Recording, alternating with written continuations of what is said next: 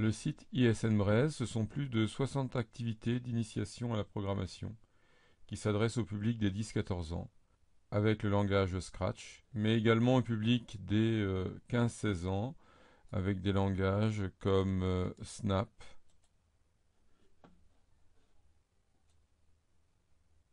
Mblock, Processing ou JavaScript.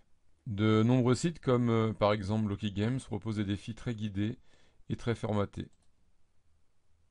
Avec les activités proposées dans ISN-Breizh, l'approche est quelque peu différente. Une capsule vidéo définit l'objectif à réaliser. Défi cadran ball. Une balle se déplace sur la scène munie d'un repère. Elle rebondit sur les bords. Elle change de couleur suivant le cadran dans lequel elle se trouve.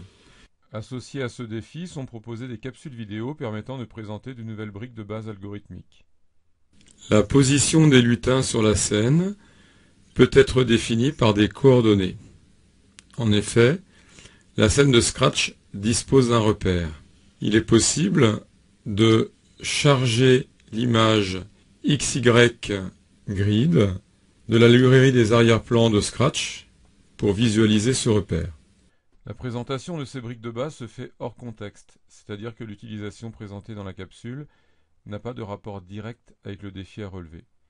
Et c'est là la différence avec l'approche précédente. L'apprenant doit se poser la question: en quoi les nouvelles briques de base présentées peuvent me permettre de résoudre le défi? Quels sont les éléments à retenir et à réutiliser dans le défi? Quels sont les éléments à retenir et à réutiliser dans le défi? Cette approche pédagogique, même si elle demande un certain effort aux apprenants lors des premières activités, permet de les rendre beaucoup plus autonomes. Voici un exemple de réalisation libre d'un élève suite aux activités réalisées sur le site ISN-Breizh.